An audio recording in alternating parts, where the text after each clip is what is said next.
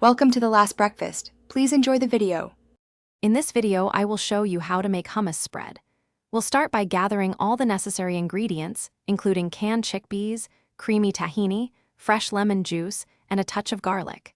Having your food processor or blender ready is key for a smooth texture. Preparing your workspace beforehand ensures a seamless and enjoyable cooking experience. Let's dive into the simple steps to create this delicious dip. Now, let's get blending. Add your drained chickpeas, tahini, fresh lemon juice, and minced garlic to your food processor. For that extra creamy texture, incorporate a few tablespoons of cold water or a couple of ice cubes. Process the mixture until it's incredibly smooth and all ingredients are fully combined. You might need to scrape down the sides a few times to ensure everything is incorporated evenly.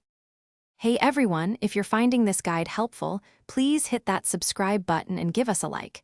And on another note, staying hydrated is super important, especially when you're cooking up a storm. I highly recommend the Owala water bottle to keep your drinks cold and refreshing. You can find a link to grab yours, along with other great deals, in the description below. Now, let's get back to the video. Once your hummus is perfectly smooth, it's time to season it to perfection. Add a pinch of salt, a dash of ground cumin, and a generous drizzle of good quality olive oil. Taste and adjust the seasonings as needed. Everyone has their preference.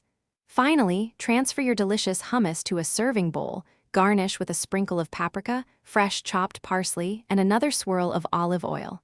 Enjoy. Thanks for watching. If this was helpful, leave a like and consider subscribing. See you next time.